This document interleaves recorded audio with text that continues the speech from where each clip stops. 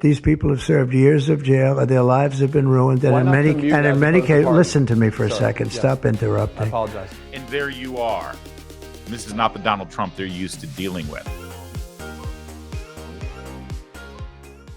At the White House, in the Roosevelt Room, media is assembled. He's got some high-tech pioneers there, people who work in data, in AI, in medicine. And he came out, he being President Donald Trump, announced over $500 billion of new investment into the American economy. Together, these world-leading technology giants are announcing the formation of Stargate. So put that name down in your books, because I think you're going to hear a lot about it in the future. A new American company that will invest $500 billion at least in AI infrastructure in the United States, and very, very quickly, moving very rapidly, creating over 100,000 American jobs almost immediately. Together, these world-leading technology giants are announcing the formation of...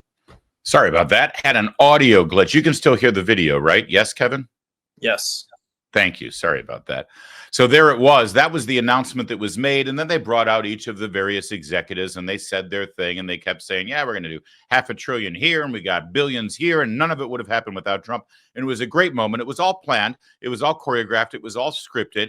The Trump team is really good right now on this rollout. And this was really effective.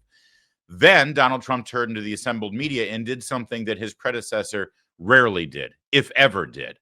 He looked at all the reporters, the photographers, the cameramen, and said, got any questions? And they did. By the way, it's important for you to know that CNN, MSNBC, they've been whining about not getting access to Joe Biden. They've been giving it lip service. They didn't really care. Their job wasn't to tell you what Joe Biden was doing. It was to tell you what they wanted you to think Joe Biden was doing. Last thing they wanted was anything live like this. But yesterday, Donald Trump actually gave the media, on the second day in the office, gave the media wide open access to him and his policies. CNN and MSNBC didn't run this live. Think about that for a minute. He turned to the assembled reporters and he said, you guys got any questions? And they did. And it was great. This is before Peter Alexander jumps in here. I believe this is another reporter, but he's asking about the January 6th pardons, which, by the way, it's all the media wanted to talk about. It's pretty amazing if you think about it. You know, the presidential pardon is a very powerful thing, and it can be used for a couple of different reasons. One way, under Bill Clinton, it was used to pay back big donors that did favors for President Clinton. Another way, under Joe Biden, it's to get himself and his family off the hook so that they don't get prosecuted for all the crimes they just committed. But there's another way a pardon can be used. President Jerry Ford did it when he came into office after Richard Nixon resigned the office after Watergate. He gave Richard Nixon a pardon. Not because he wanted to get him off the hook, not because he owed him any favors, but because the nation had been torn apart by the Watergate story. It was an incredibly divisive time. And Gerald Ford, in his wisdom, wanted the country to move on from that. You know, you give a pardon, it means there's nothing really more else to talk about. Let's move on. Jimmy Carter, I'll be bipartisan here. Jimmy Carter did that for all of the Americans who dodged the draft during the Vietnam War. A lot of them fled to Canada. A lot of them went into hiding. But theoretically, they broke the law. They did break the law. They dodged the draft, and theoretically, Ronald Reagan could have come into office and prosecuted them, or any president after Jimmy Carter. Jimmy Carter ran on the promise that he would pardon all of those Vietnam War draft dodgers because he wanted the country to move on from the Vietnam War. Well, Donald Trump, in pardoning the January 6th people, an incredibly divisive moment in our history where passions are very high on both sides, Donald Trump issued a pardon, in part so that we can move on. And I think in many respects, the American people have moved on because Donald Trump told the voters that he was going to do this. He did it. And the only people who seem really angry about it are Democrats in Washington, D.C. and the media. They refuse to move on. And here's one of those reporters demanding answers. Pleaded guilty for his crimes. Why does he deserve a pardon? Well, I don't know. Was it a pardon? Because we're looking at commutes and we're looking at pardons. Okay, well, we'll take a look at everything. But I can say this. Murderers today are not even charged. You have murderers that aren't charged all over. You take a look at what's gone on in Philadelphia. Take a look at what's gone on in L.A., where people murder people and they don't get charged. These people have already served years in prison, and they've served them viciously. It's a disgusting prison. It's been horrible. It's inhumane. It's been a terrible, terrible thing. I also say this: you go to Portland, where they wrapped police officers, shot police officers. Nothing happened to anybody. You go to Seattle, where they took over a big chunk of the city and people died. Portland, a lot of people died. Wait a minute. And you go also take a look at Minneapolis, because I was there and I watched it. And if I didn't bring in the National Guard, that city wouldn't even exist today. People were killed and nobody went to jail. So these people have already served a long period of time. And I made a decision to give a pardon. Joe Biden gave a pardon yesterday to a lot of criminals. These are criminals that he gave a pardon to. And you should be asking that question.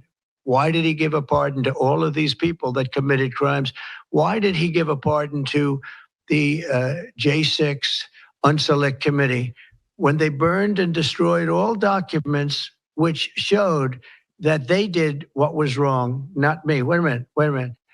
Why did they give a pardon to all of his relatives, his brother who made millions of dollars, to all these different people? He gave pardons.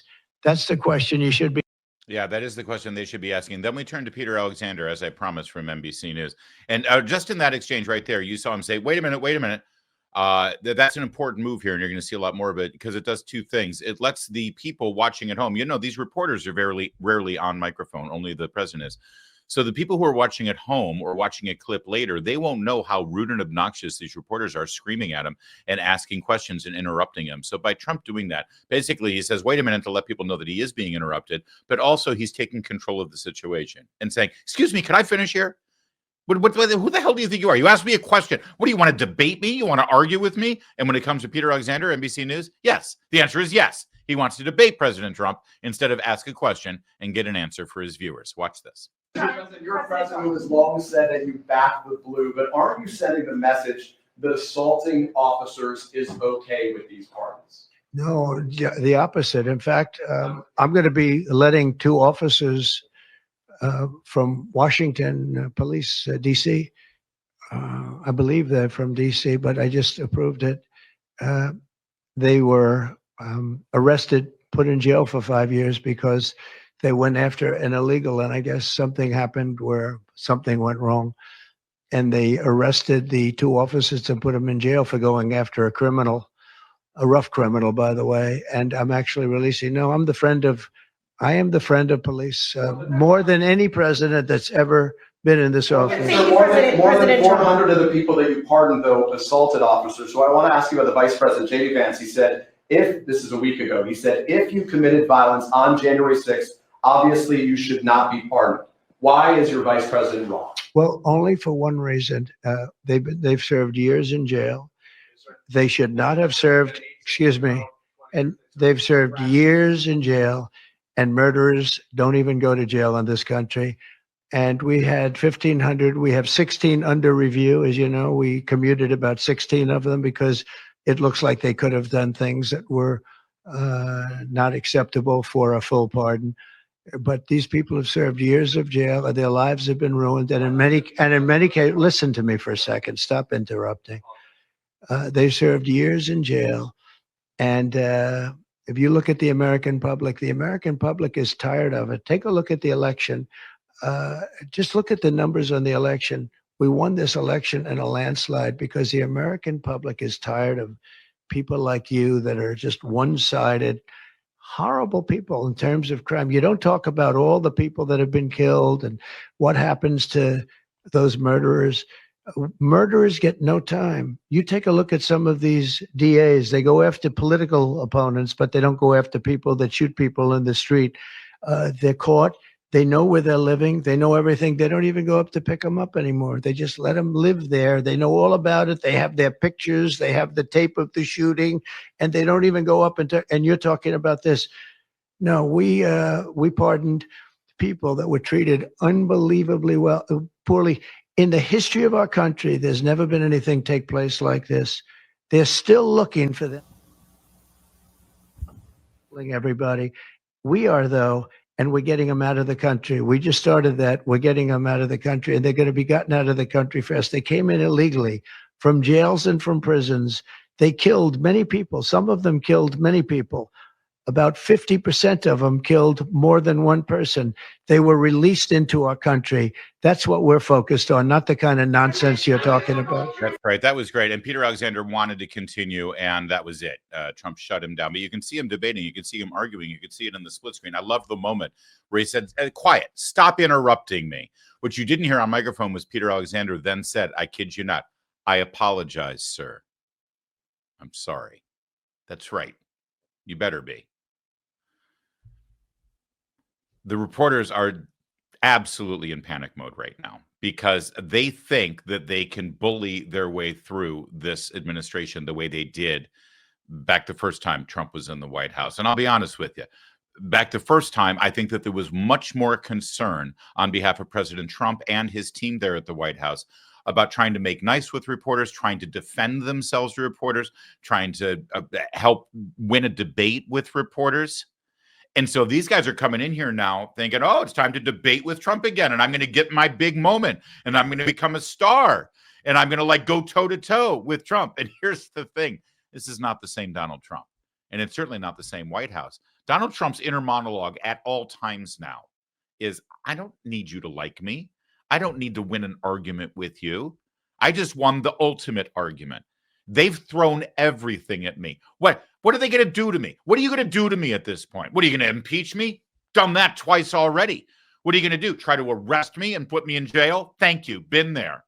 What are you going to do? Try to ruin my business, ruin my reputation, call me names, ruin my family, try to take me off the ballot, try to make me ineligible, try to make people so angry, so whipped up with hatred to me that they try to blow my head up with a sniper's bullet? That what you're going to do? Because you've done it all. And here I am. And there you are. And this is not the Donald Trump they're used to dealing with. And that's why all those reporters, they're going to have to change everything they do. Or they can keep doing what they're doing. They can keep playing this game. But they're just going to keep losing and losing and losing. Yesterday, Democrats, all they wanted to do was talk about January 6th. You saw all of these statements. Chris Murphy, senator from Connecticut, while questioning Elise Stefanik to be the ambassador to the United Nations, asked her about Elon Musk giving the salute with his arm. It wasn't a salute. What do you think of Elon Musk giving a Nazi salute? They're on 2 days ago news cycles that were fake news cycles, and they've got nothing else. Who leads the party right now? What's their message right now? What are the reporters supposed to do? They've got nothing. Meanwhile, Trump and his team are just staring straight ahead, plowing forward and getting done is what they're doing. Speaking of getting stuff done, Donald Trump also announced that he's going to be visiting Western North Carolina. As I predicted yesterday, as I mentioned yesterday on the show, my sources in the White House had previewed this, that they are going to Western North Carolina to survey the damage, the storm damage, and bring some long needed aid to the people there. But they're also swinging out to Los Angeles, and they'll be looking at the fire damage there. And the subject of the fire damage during this press conference came up. And I want to show you a couple of clips here because this is just, I don't know about you, but I have missed this. I had forgotten about this because sadly, the last 6-8 months of the first Trump term was dominated by the election and by COVID. And I had forgotten that during the Trump years, we had moments like this. They have a valve and it turns think of a sink, but multiply it times many thousands of times the size of it. It's massive. And you turn it back toward Los Angeles. Why aren't they doing it? They either have a death wish, they're stupid, or there's something else going on that we don't understand. But of course, he's talking about the environmental policies that they're voluntarily doing in California to redirect this water that is naturally flowing, that they've already captured and years ago utilized for the LA basin, partly to put out these fires, and now they refuse to do it. And he went on about it and sort of described the basis of their decision. When you're a rich person and you like to take a shower, 38 gallons doesn't last very long. And they have all this water, and it's really good water. Up high, Pacific Northwest. Some comes in from Canada. A nice country, by the way.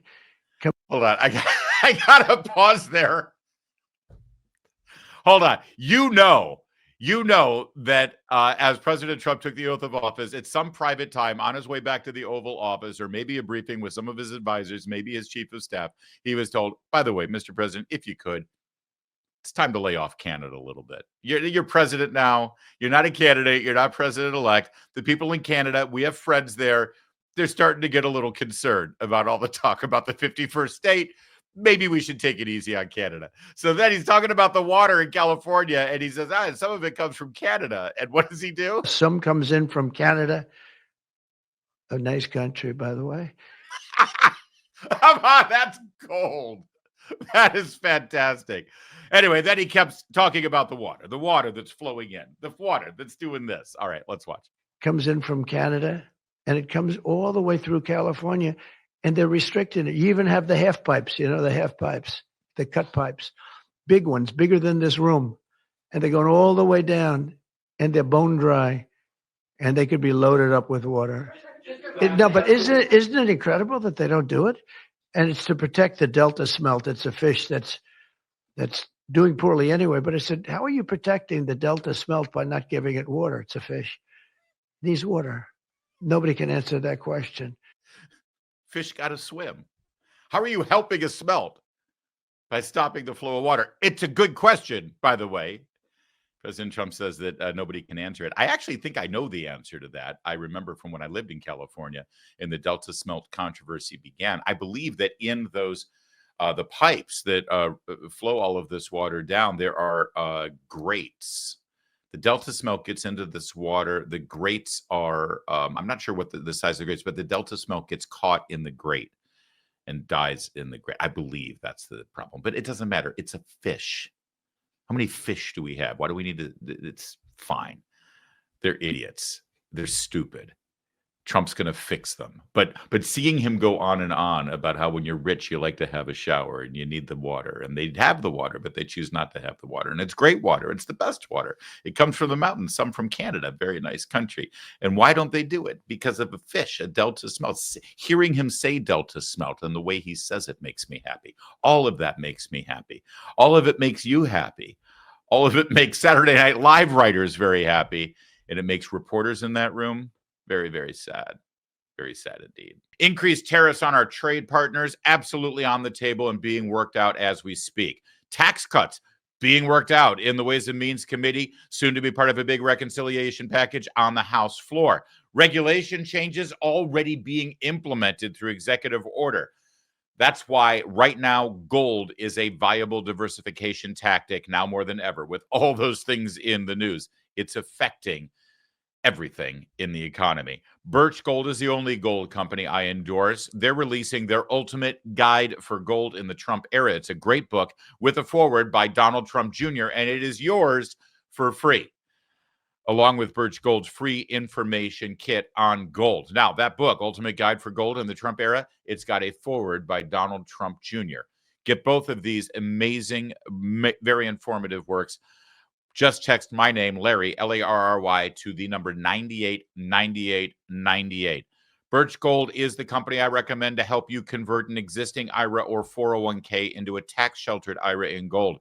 And that doesn't mean any money out of your pocket. These are existing IRAs or 401ks. You've already got that money. It's already sitting in those accounts. Birch Gold is going to help you convert them into gold, a tax-sheltered IRA in gold. Text my name, Larry, Larry, to 989898. Get that free copy of the Ultimate Guide for Gold in the Trump Era. No obligation, just information. A+ rating from the Better Business Bureau. Thousands of happy customers. Text Larry, Larry, to 989898. Do that today.